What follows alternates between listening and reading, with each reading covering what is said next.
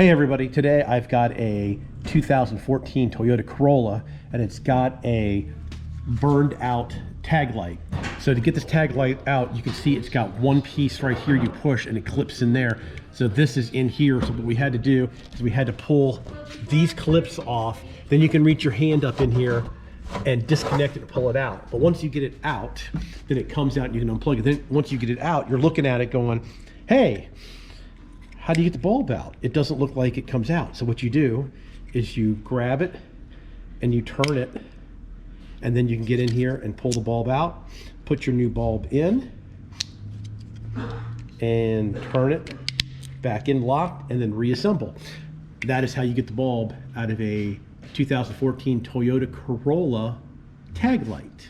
All right, everybody, thanks a lot for watching. Please subscribe. You can always do that in that corner there. Please give me a thumbs up if you like my quick automotive videos.